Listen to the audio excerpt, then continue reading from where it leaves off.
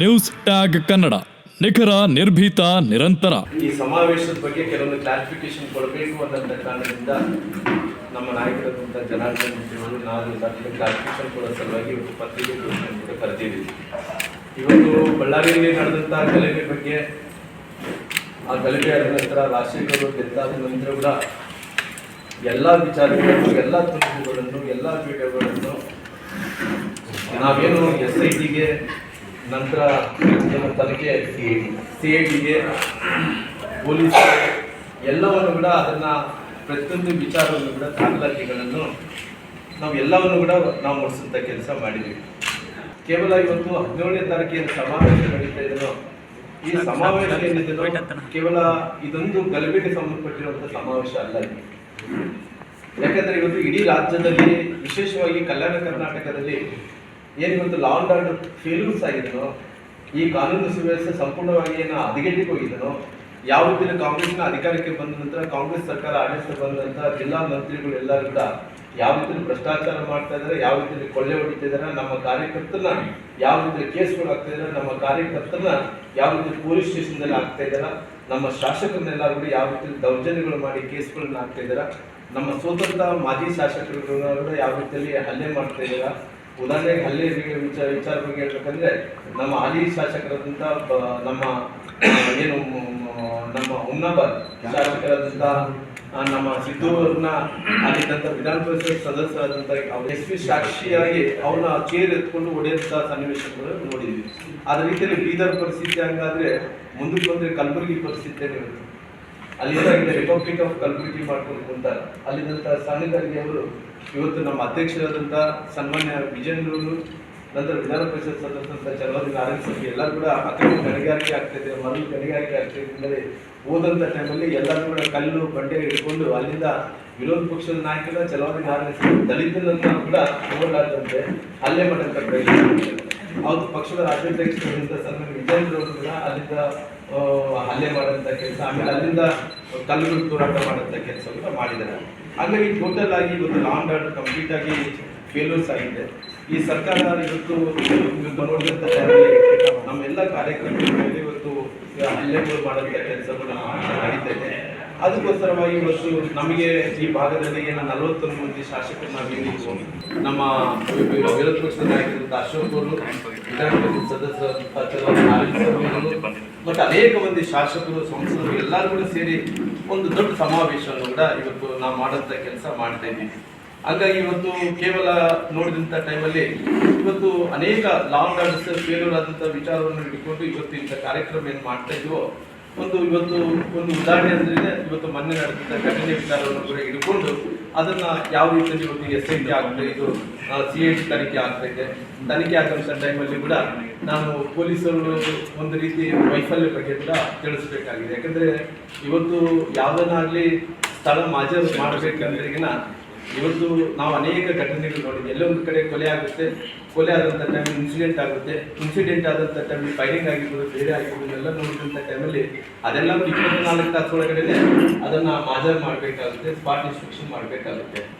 ಅದಕ್ಕೆ ಅಕಸ್ಮಿತವಾಗಿ 24 ತಾಸು ಒಳಗಡೆ ಅವ್ರು ಮಾಡೋಕ್ಕಾಗಲ್ಲ ಅಂತ ಹೇಳ್ತಕ್ಕಂಥ ಪಂಚನಾಮ ಮಾಡೋಕ್ಕಾಗಲ್ಲ ಅಂದರೆ ಅಲ್ಲಿ ಏನು ಮಾಡಬೇಕಾಗಿದೆ, ಅಲ್ಲಿ ಕೆಲವೊಂದು ಯಾರು ಕೂಡ ಅಡ್ಡಾಡಲಾರ್ದಂತೆ ಒಂದು ಬೌಂಡ್ರಿ ಫಿಕ್ಸ್ ಮಾಡಬೇಕಾಗುತ್ತೆ. ಯಾಕಂದರೆ ಯಾರನ್ನ ಅಡ್ಡಾಡಿದಂಥ ಟೈಮಲ್ಲಿ ಗುಂಡು ಹಾಸಿದ ಗುಂಡುಗಳನ್ನು ಯಾರನ್ನ ಜೋಬಿನ ಇಟ್ಕೊಂಡಿರ್ಬೋದು, ಯಾರನ್ನ ಸಿಕ್ಕಾಪಟ್ಟು ಎಷ್ಟು ದಿನ ಆದಮೇಲೆ ಇವರು ಪಂಚನಾಮ ಏನು ಮಾಜರ್ ಇನ್ಸ್ಪೆಕ್ಷನ್ ಮಾಡ್ತಾರೆ, 5 ದಿನ ಆದಮೇಲೆ ಏನು ಸಿಗ್ತಾವೆ ಇವರಿಗೆ, 5 ದಿನ ಆದಮೇಲೆ ಎಲ್ಲರೂ ಕೂಡ ಅಡ್ಡಾಡಿರ್ತಾರೆ. 5 ದಿನ ಆದಮೇಲೆ ಎಲ್ಲರೂ ಕೂಡ ಗುಂಡುಗಳು ಕೂಡ ಅವರು ಆರಿಸ್ಕೊಂಡು ಹೋಗಿರ್ಬೋದು. ಎಷ್ಟೆಷ್ಟು ಅಂದರೆ ಕನಿಷ್ಠ ಕಾಮನ್ ಸೆನ್ಸ್ ಅಂದರೆ ಪೊಲೀಸರನ್ನಾಗಲಿ ಈ ರೀತಿ ಮಾಜರ್ ಮಾಡಬೇಕಾಗಿದೆ, ಈ ರೀತಿ ಪಂಚನಾಮವನ್ನು ಮಾಡಬೇಕಾಗಿದೆ. ಯಾವುದನ್ನ ಒಂದು ಥರ ಡೆತ್ತಾದ ಪ್ಲೇಸ್ನ ಮಾರ್ಕ್ ಮಾಡಿ ಅದನ್ನು ಬೌಂಡ್ರಿ ಫಿಕ್ಸ್ ಮಾಡಿಕೊಂಡು ಎಲ್ಲೆಲ್ಲಿ ಗುಂಡು ಹಾಕ್ಸಿದ್ರು, ಯಾರು ಸಾರ್ವಜನಿಕರು ಅಡ್ಡಾಡಲಾರ್ದು ಅವೆಲ್ಲ ಮಾಡಬೇಕಿತ್ತು. ಯಾಕಂದರೆ ಇವತ್ತು ಸರ್ಕಾರದಲ್ಲಿ ಅವರು ಮೇಲುಗಡೆ ಸರ್ಕಾರದಲ್ಲಿ ಅವರಿಗೆ ಒಂದು ರೀತಿ ಪ್ರೋತ್ಸಾಹ ಇರುವ ಕಾರಣ ಇದೆಲ್ಲ ಕೂಡ ನೆಗ್ಲೆಕ್ಟ್ ಮಾಡೋಂಥ ಕೆಲಸ ಕೂಡ ಮಾಡಿದ್ರೆ ಒಂದು ಕರ್ನಾಟಕ ರಾಜ್ಯದಲ್ಲಿ ಇವತ್ತು ಲಾ ಆ್ಯಂಡ್ ಆರ್ಡರ್ ಏನು ಫೇಲ್ಯೂರ್ಸ್ ಆಗಿದೆಯೋ, ನಮ್ಮ ಅಧ್ಯಕ್ಷರಾದಂಥ ವಿಜೇಂದ್ರ ನೇತೃತ್ವದಲ್ಲಿ, ನಮ್ಮ ವಿರೋಧ ಪಕ್ಷದ ನಾಯಕರು ಎಲ್ಲರ ನೇತೃತ್ವದಲ್ಲಿ ಒಂದು ದೊಡ್ಡದಾದಂಥ ಪ್ರದರ್ಶನವನ್ನು ಮಾಡಬೇಕು.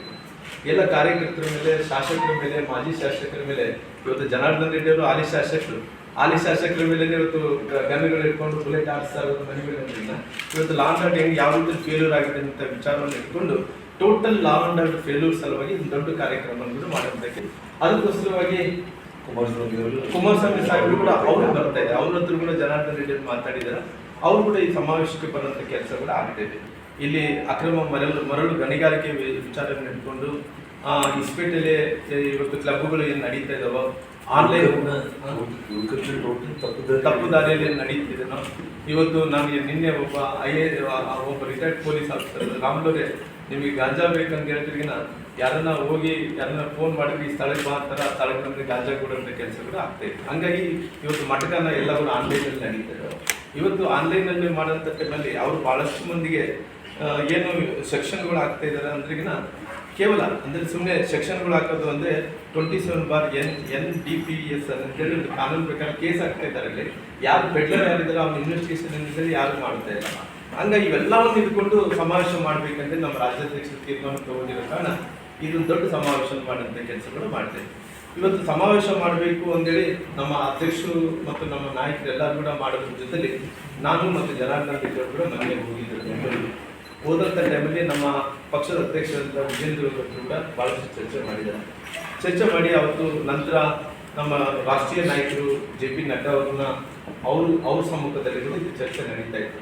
ಚರ್ಚೆ ಆದ ನಂತರ ಕೂಡ ಪುನಃ ಜನಾರ್ದನ್ ರೆಡ್ಡಿ ಅವರು ಎಲ್ಲರ ಹತ್ರ ಮಾತಾಡಿಕೊಂಡು ಅದನ್ನು ಭಾಳಷ್ಟು ಮಂದಿ ಇಲ್ಲಿ ಬರೋಂಥ ಎಲ್ಲ ಮಾಜಿ ಶಾಸಕರು, ಬರೋಂಥ ಹಾಲಿ ಶಾಸಕರು, ಭಾಳಷ್ಟು ಮಂದಿ ಮಾಜಿ ಸಂಸದರು, ಭಾಳಷ್ಟು ಹೋರಾಟಗಾರರು, ಎಲ್ಲ ಹಿರಿಯ ನಾಯಕರೆಲ್ಲರೂ ಭಾರತೀಯ ಜನತಾ ಪಾರ್ಟಿದ ಇಡೀ ಕರ್ನಾಟಕ ರಾಜ್ಯ ಏನು ಹೇಳ್ತಾ ಇದ್ದಾರೆ, ಈ ಘಟನೆಯನ್ನು ನೀವು ಬಿಡಬಾರ್ದು. ಇದಾದಂಥ ಇನ್ಸಿಡೆಂಟನ್ನು ಕೇವಲ ನಿಮ್ಮ ಮೇಲೆ ಒಂದೆಲ್ಲ ಎಲ್ಲರ ಮೇಲೆ ನಡೀತಾ ಇದೆ. ಇವತ್ತು ನೀವು ಒಂದು ಸ್ಥಾನದಲ್ಲಿ ಇರೋ ಕಾರಣ ಇವತ್ತೆಲ್ಲ ಕೂಡ ಮಾಧ್ಯಮದ ಮೂಲಕ ಹೊರಗಡೆ ಬರುವಂಥ ಕೆಲಸ ಆಗಿದೆ. ಇದು ಕೇವಲ ಇಲ್ಲಿಗೆ ಮುಗಿಬಾರ್ದು, ಸಮಾವೇಶದ ಜೊತೆಲಿ ಪಾದಯಾತ್ರೆಯನ್ನು ಕೂಡ ಮಾಡಬೇಕು ಅನ್ನೋ ವಿಚಾರವನ್ನು ಭಾಳಷ್ಟು ಸಾರಿ ನಮ್ಮ ಚರ್ಚೆಯನ್ನು ಮಾಡಿದ್ದಾರೆ. ಜನಾರ್ದನ್ ರೆಡ್ಡಿ ಅವರು ಕೂಡ ಹೋಗಿ ಅಧ್ಯಕ್ಷರ ಹತ್ರ ಮಾತಾಡಿ ಎಲ್ಲ ವಿಚಾರಗಳನ್ನು ಕೂಡ ಅವ್ರು ತಿಳಿಸಿ ಅವ್ರಿಗೆ ಯಾವ್ಯಾವ ಏನೇನು ಸಮಾಧಾನ ಕೊಡಬೇಕು ಎಲ್ಲವನ್ನು ಕೂಡ ಕೊಟ್ಟು ಕಂಪಲ್ಸರಿ ಎಲ್ಲರೂ ಒತ್ತಾಯ 90% ಪಬ್ಲಿಕ್ ನನ್ನ ಹತ್ರ ಬರೋಂಥ ಜನಾರ್ದನ್ ರೆಡ್ಡಿ ಅವರು ಹೇಳಿದಂತೆ 90% ಪಬ್ಲಿಕ್ಕು ಅವ್ರ ಒಪಿನಿಯನ್ ಹೆಂಗಿದೆ ಅಂದರೆ ಪಾದಯಾತ್ರೆ ಮಾಡಿ ಅನ್ನೋ ಒಪಿನಿಯನ್ ಇರೋ ಕಾರಣ ಅವರು ಎಲ್ಲವನ್ನು ಕೂಡ ಮಾಹಿತಿ ಕೊಡುವಂಥ ಕೆಲಸ ಮಾಡಿದ್ರು. ಅಧ್ಯಕ್ಷರು ನನ್ನ ಕರೆದಿದ್ದು ರಾಮಲೋರೆ ನೀವು ಬರಬೇಕು ಅಂತ ಹೇಳಿ ಕರೆದಿದ್ದು. ನಾನು ಕೂಡ ನಿನ್ನೆ ಹೋದಂಥ ಟೈಮಲ್ಲಿ ಅಧ್ಯಕ್ಷರು ಕೂಡ ಎಲ್ಲ ವಿಚಾರಗಳನ್ನು ತಿಳ್ಕೊಂಡು ನಂತರ ನಾನು ಕೂಡ ಎಲ್ಲ ವಿಚಾರಗಳನ್ನು ಕೂಡ ತಿಳಿಸಿದ ನಂತರ ಅವ್ರು ಹೇಳಿದ್ರು ರಾಮನಗರದಲ್ಲಿ ನಾವು ಮತ್ತೆ ಪುನಃ ಪತ್ರವನ್ನು ಬರೆದು ಆ ಪತ್ರದ ಮೂಲಕ ಕೂಡ ಅವರು ಪುನಃ ನಿಮಗೆ ಹೇಳ್ತೀನಿ ಅನ್ನೋಂಥ ಮಾತನ್ನು ಹೇಳಿದರು. ನಾನು ಕೂಡ ನನಗಿರಂಥ ಒಂದು ಸೋರ್ಸ್ ಪ್ರಕಾರ ನಾನು ಕೇಂದ್ರದ ನಾಯಕರನ್ನ ಎಲ್ಲರ ಹತ್ರ ನಾನು ಮಾತಾಡಿದಂಥ ಟೈಮಲ್ಲಿ ಕೂಡ ಅವ್ರು ಹೇಳಿದರು ನಮ್ಮದು ಯಾವುದೇ ರೀತಿಯಲ್ಲಿ ಪಾದಯಾತ್ರೆ ಮಾಡುವಂಥ ವಿಚಾರದಲ್ಲಿ ನಮ್ಮದು ಯಾವುದೇ ಅಭ್ಯಂತರ ಇಲ್ಲ.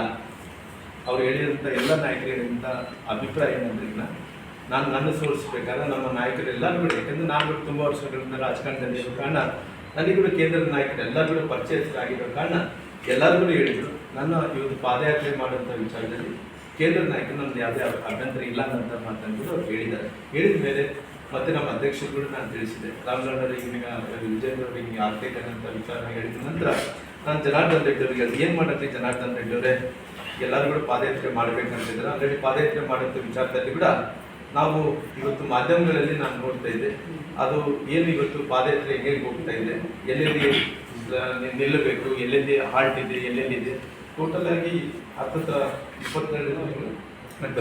20 ದಿನಗಳದ್ದು ಒಂದು ರೂಟ್ ಪ್ಲ್ಯಾನ್ ಅನ್ನು ಕೂಡ ಮಾಡ್ಕೊಂಡು ಎಲ್ಲರಿಗೂ ಕಾಪಿ ಕೊಡ್ತೀನಿ.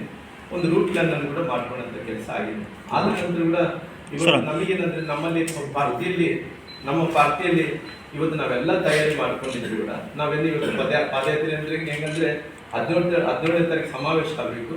ಸಮಾವೇಶ ಆದ ತಕ್ಷಣ ಅಲ್ಲಿಂದನೇ ಪಾದಯಾತ್ರೆ ಹೊರಡಬೇಕನ್ನೋಂಥ ಸಲುವಾಗಿ ಇನ್ನು 2 ದಿನ ಉಳಿದಿರ್ಬೇಕು. ಎಲ್ಲ ರೇಗೆಯನ್ನು ಮಾಡ್ಕೊಂಡು ಈ ಜನಗಳು ಬ್ಲೂ ಪ್ರಿಂಟ್ ತಮ್ಮೆಲ್ಲರೂ ಕೊಡ್ತೀವಿ ಹೋಗ್ಬೇಕಂತೇಳಿ ನಮ್ಮ ಅಭಿಪ್ರಾಯ ಏನಿದೆ ಹಂಗಿತ್ತು. ಆಮೇಲೆ ಹಂಗಾಗಿ ನಾವೆಲ್ಲರೂ ಕೂಡ ಯೋಚನೆ ಮಾಡಿದಂಥ ಟೈಮಲ್ಲಿ ನಮ್ಮ ಕೇಂದ್ರದಲ್ಲಿ ನಾಯಕರು ಮಾತಾಡಿದಂಥ ಟೈಮಲ್ಲಿ ಅವರೆಲ್ಲರೂ ಕೂಡ ರಾಜ್ಯಾಧ್ಯಕ್ಷರು ತೀರ್ಮಾನ ತಗೊಳ್ಳಿ ಅವ್ರು ತಗೊಂಡ ನಂತರ ತಾವೇನು ಮಾಡ್ತಿರೋ ಮಾಡಿ ಅನ್ನೋ ಅಭಿಪ್ರಾಯಗಳು ಮಾಡಿದ್ದಾರೆ. ಹಂಗಾಗಿ ಇವತ್ತು ಅಧ್ಯಕ್ಷರು ಕೂಡ ಚಿತ್ರದುರ್ಗ ಜಿಲ್ಲೆಯಲ್ಲಿ ಕೂಡ ಮಾತಾಡಿ ಎಲ್ಲರ ಅಭಿಪ್ರಾಯ ನಾವು ಪಾದಯಾತ್ರೆ ಮಾಡ್ಬೇಕನ್ನಂಥದ್ದಿದೆ ಅಂತ ಹೇಳಿದ್ದಾರೆ.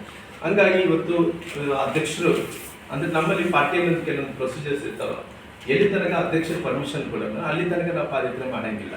ಹಂಗಾಗಿ ಆಲ್ರೆಡಿ ನಮ್ಮ ರಾಷ್ಟ್ರೀಯ ನಾಯಕರೆಲ್ಲರೂ ಹೇಳಿದ್ರೆ ರಾಜ್ಯಾಧ್ಯಕ್ಷರು ಅಂತಿಮ ಅವರು ಓಕೆ ಅಂದ್ಬಿಟ್ಟು ನಮ್ದು ಯಾವುದೇ ಅಭ್ಯಂತರ ಇಲ್ಲ ಅನ್ನೋಂಥ ಮಾತನ್ನು ಹೇಳಿದ್ದಾರೆ.